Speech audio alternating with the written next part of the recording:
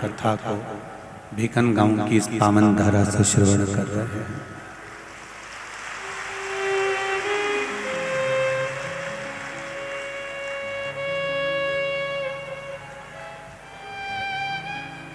आस्था channel के माध्यम से, फेसबुक यूट्यूब के माध्यम से और संपूर्ण जीवन को सुख प्रदान करने वाली, आनंद देने वाली इस पावन कथा का रसतत्व दूर दूर से कथा श्रवण करने पधारे सभी बहन भाई, जो कुछ ना कुछ भगवान शंकर से पाने की एक ललकता,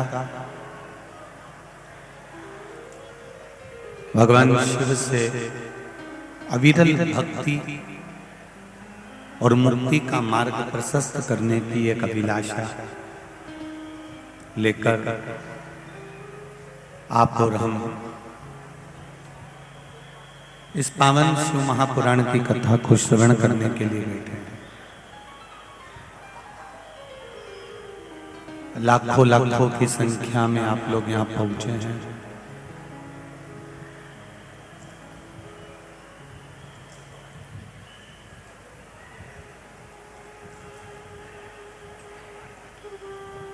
रोज प्रतिदिन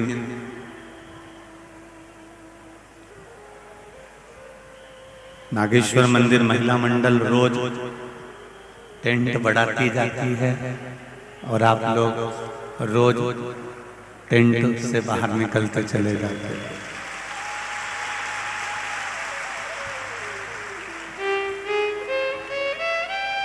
छोटी छोटी भीकन गांव की जो भी समितियां हैं,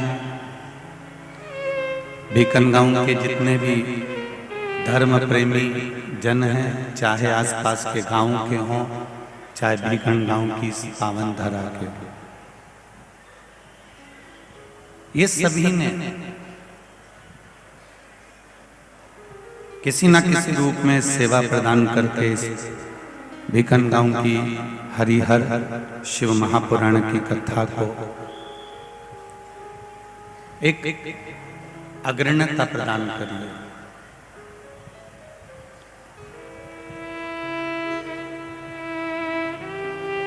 शिव महापुराण की कथा में भगवान शंकर ने अपने पुत्र कार्तिकेय जी को, गणेश जी को, अशोक सुंदरी को, जया, विषहरा, शामली बारी, दौतली, देव, ये सारी कन्याओं को शिव जी ने एक ज्ञान बड़ा प्रबल दिया।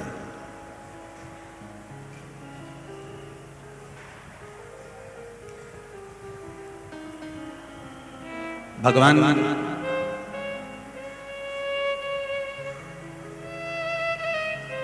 शिव अपने पुत्र श्री कार्तिकेय जी को कहते हैं कि पुत्र कार्तिकेय और सुनो गणेश जी, सुनो अशोक सुंदरी, सुनो जया, विषहरा, शामली बारी, दौतली, देव।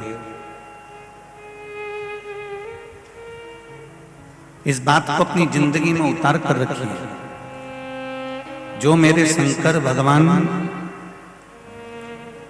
अपने बच्चों को ज्ञान दे रहे हैं, वही शिव महापुराण के माध्यम से उस बात को हम आप तक पहुंचाने का प्रयास कर रहे हैं।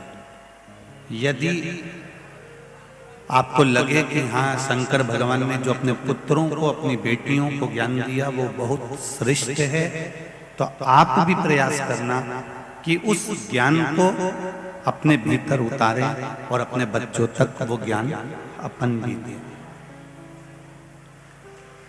अपन भी प्रदान करें। शिव जी कह रहे हैं कार्तिकेय से, सुनो कार्तिकेय, तुम्हारी माता ने कहा है कि तारकासुर का वध करो तो तुम्हें वध करने जाना चाहिए।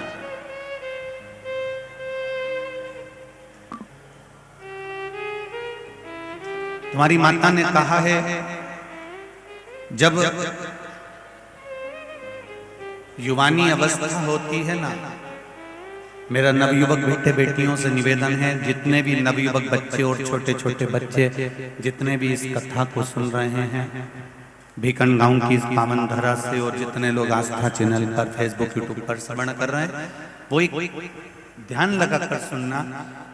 जब नवयुवक अवस्था रहे, युवानी की अवस्था रहे, बचपन की अवस्था रहे, और तुम्हारे माता पिता या कोई भी घर का व्यक्ति अगर कोई काम बता दे तो कभी उस काम को टालना नहीं, दौड़कर उस काम को कर। जब परिश्रम की उम्र में शंकर जी कह रहे हैं अपने पुत्र कार्तिकेय से, और जितने भी इस पावन पंडाल में जितने भी कार्तिकेय बैठे हुए हैं, अर्थात नवयुवक बेटे बैठे हुए हैं, अशोक सुंदरी अर्थात बेटियां बैठी हुई हैं, जया विषहरा शामली बारी दौतली मेरी बेटियां बैठी हुई हैं, बच्चे बैठे हुए हैं, नवयुवक बहुएं बैठी हुई हैं, नवयुवक बेटे बैठे हुए हैं, वो इस बात का ध्यान रखना। परिश्रम की उम्र में शंकर भगवान कहते हैं कभी आराम मत करो। काय की उम्र में? जम के बोलो जरा। परिश्रम की उम्र में, परिश्रम की उम्र में शिव कह रहे हैं कि कभी आराम मत करो। जो परिश्रम की उम्र में आराम करता है वो आराम करने की उम्र में भी परिश्रम करना पड़ता है। ये मेरे शिव कह रहे हैं, ये मेरे ओघड़दानी, ये मेरे शंकर, ये मेरे त्रिकालदर्शी, ये मेरे कैलाशी, मेरे अविनाशी, मेरे भोलेनाथ कह रहे हैं जब तुम्हारी परिश्रम की उम्र है, तुम नवयुवक बच्चे हो, नवयुवक बेटियां हो, छोटे छोटे बच्चे हो, अभी तक तुम्हारी परिश्रम की उम्र है, तुम खूब मेहनत करो।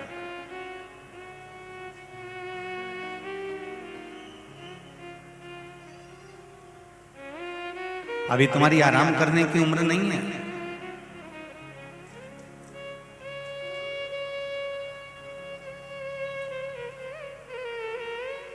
परिश्रम की उम्र में आराम मत करो।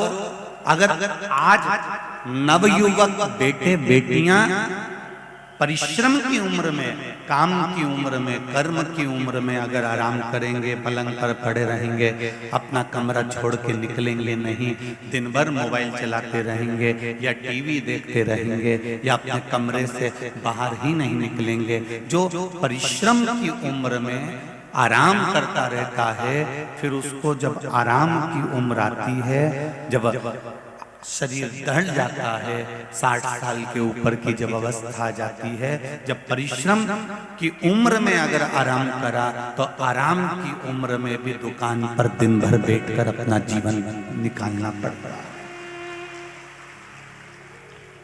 फिर गवर्नमेंट रिटायर भी कर देगी।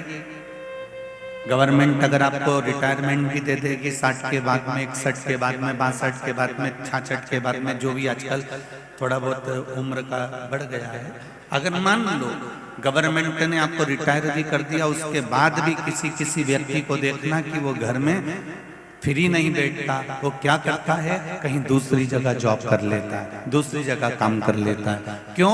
क्योंकि उसको मालूम है मेरे घर में मेरी बेटियां बड़ी बैठी हैं, मेरे बच्चे बैठे हैं, मेरी पत्नी है, पूरे घर का मुझे भरण पोषण करना है। क्यों? जो परिश्रम की उम्र में आराम करते हैं उनको आराम की उम्र में परिश्रम करना ही पड़ता है, ये निश्चित है।